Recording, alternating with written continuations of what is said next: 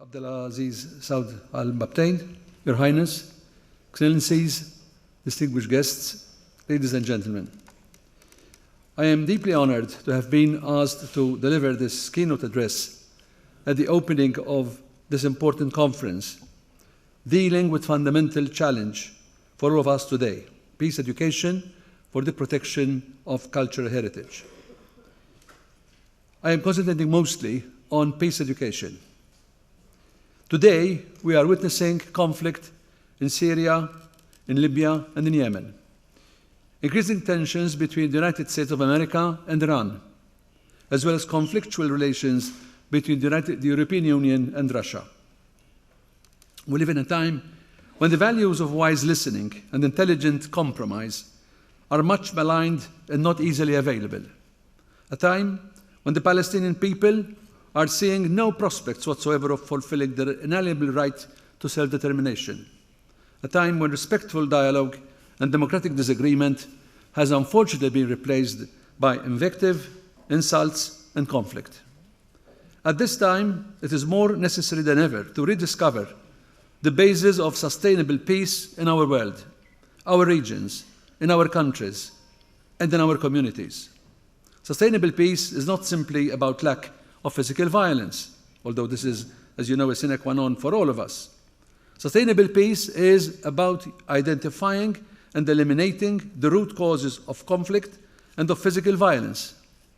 In this context, sustainable peace relates to the existence of structural and cultural forms of violence which oppress individuals, which oppress groups, and sometimes entire nations. Structural violence exists when societal structures are unfair or oppressive for individuals or for groups.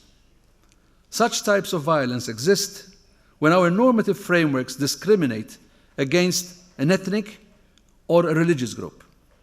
This type of violence exists also when laws and policies discriminate against any group on the basis of gender, race, ethnicity, disability, religion, or any other ground.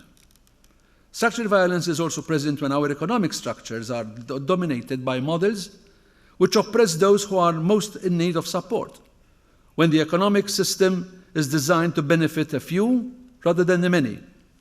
It is nowadays widely accepted in the academic discipline of conflict resolution that the presence of such indirect forms of violence may very well lead to physical violence and violent conflict. If we are to achieve sustainable peace, we need to create communities, societies, and an international order based on justice.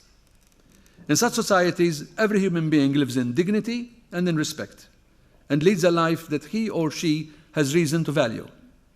In such societies, the possibility of violent conflict is greatly reduced, and whenever conflict emerges, they are dealt with positively and productively. You may very well be asking yourselves, how do we move from the current state of affairs to the somewhat blissful societies I have just described?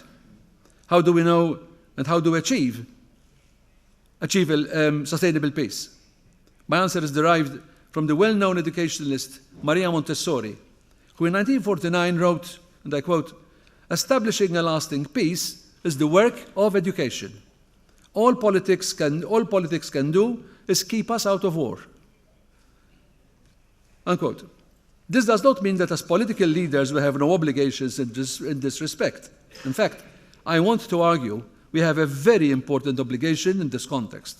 Our obligations, individually and collectively, relate to the promotion of education that is inclusive, that promotes the dignity of every human being, and that recognizes the values of understanding, dialogue, as well as solidarity. Excellencies, we are gathered here today in the building which houses the International Court of Justice. This is the ultimate interpreter of international law, the Peace Palace par excellence.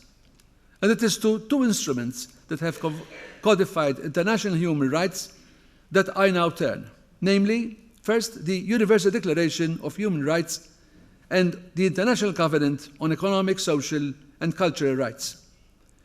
In the United States diplomatic and consular staff case, the ICJ in 1979 relied on the Universal Declaration of Human Rights as a source of fundamental principles of international law. The Covenant stipulates socio-economic and cultural rights recognized by the international community. Both these instruments, as well as the Convention on the Rights of the Child, one of the most widely ratified treaties in history, refers to the right to education. The right to education is recognized as an essential human right for everyone, without distinction of any kind. It is, however, useful to remind ourselves of the obligations which the fulfillment of this right engenders. We too often think that the right to education is simply a matter of access. National agencies and international organizations expend energy and resources to monitor the extent to which states are providing educational opportunities to their citizens. These are necessary and praiseworthy efforts. However, the right to education requires much more than this. Article 26 of the Declaration and the other treaties I mentioned provide for two distinct but equally important dimensions. The first dimension is access to education. Everyone has the right to education. I'm quoting. Education shall be free, at least in the elementary and fundamental stages. Elementary education shall be compulsory. End of quote. This is a dimension we have measured and focused upon so heavily in the last 50 years. What I would call the quantity dimension of the right to education. The second dimension required by the Declaration and the other international law instruments is that, and I quote, education shall be directed to the full development of the human personality and to the strengthening of respect for human rights and fundamental freedoms. It shall promote understanding, tolerance, and friendship among all nations, racial or religious groups, and shall further the activities of the United Nations for the maintenance of peace. End of quote. This relates to what I would rather refer to as the quality dimension of the right to education. Regrettably, this dimension has not been sufficiently emphasized and measured in our national and international efforts. How are we monitoring and measuring whether our educational systems and curricula are conforming to the requirement that education enhance human rights, understanding, and peace? National jurisdictions need to take stock of whether their educational systems, processes, and curricula are helping or hindering the promotion of peace, of dialogue, and human rights. Where lacunae are found, these need to be addressed, and peace education should be a cross-cutting issue across the whole educational system. Successful practices and processes in peace education should be shared across regions, and regional organizations should be more active in this context. Furthermore, international agencies with an educational mandate should refocus their attention towards monitoring compliance with the whole of Article 26 of the Universal Declaration rather than to only parts of it. The drafters of the Declaration in the immediate aftermath of the Second World War were fully aware that access to education alone was an insufficient condition for human progress and for a peaceful world. They recognized that the values we promote in schools, in colleges and universities are equally important to the kind of society in which we live. Thus, they remind us through the decades that it is incumbent upon us as states and international actors to act to instill in our children and our youth the values of compassion, of empathy, dialogue, and human dignity. I firmly believe it is time for us to heed this call. We can do this if our teachers are themselves fully on board with these efforts. Our societies need to value teachers more, and we need to equip them with the values base that they need, the resources and the respect whereby they can meet their vocation.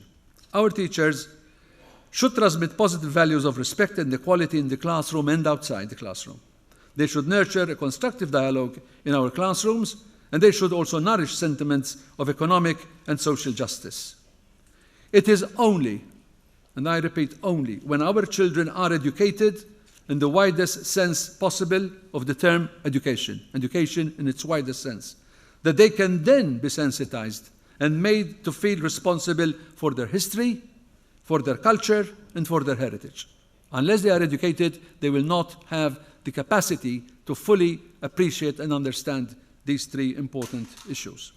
This implies the development of pride in one's national identity, without going to the extremes of nationalism or ideas of superiority of any one particular country or race or people over another.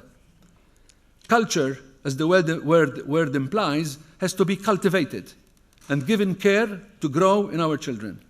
It is only then that a wider and deeper appreciation of our cultural heritage starts to be appreciated. Uneducated people, not sensitized to appreciate our cultural heritage, destroy such heritage with no remorse or hesitation at all, as we have unfortunately witnessed in Iraq, in Yemen, and in other places. I would like to conclude my address with a salutary reminder that as political leaders at the national level, on the international stage, we cannot legislate for peace. What we can do is promote an education for peace. This is the challenge that is before us now. In the words of one of the greatest national and global leaders, Nelson Mandela, education is the most powerful weapon which one can use to change the world.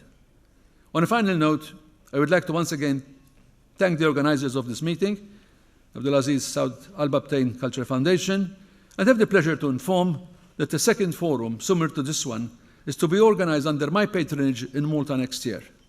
This forum will also focus on peace education, but this time dealing mostly on the cultural heritage of Syria and Libya. Thank you very much.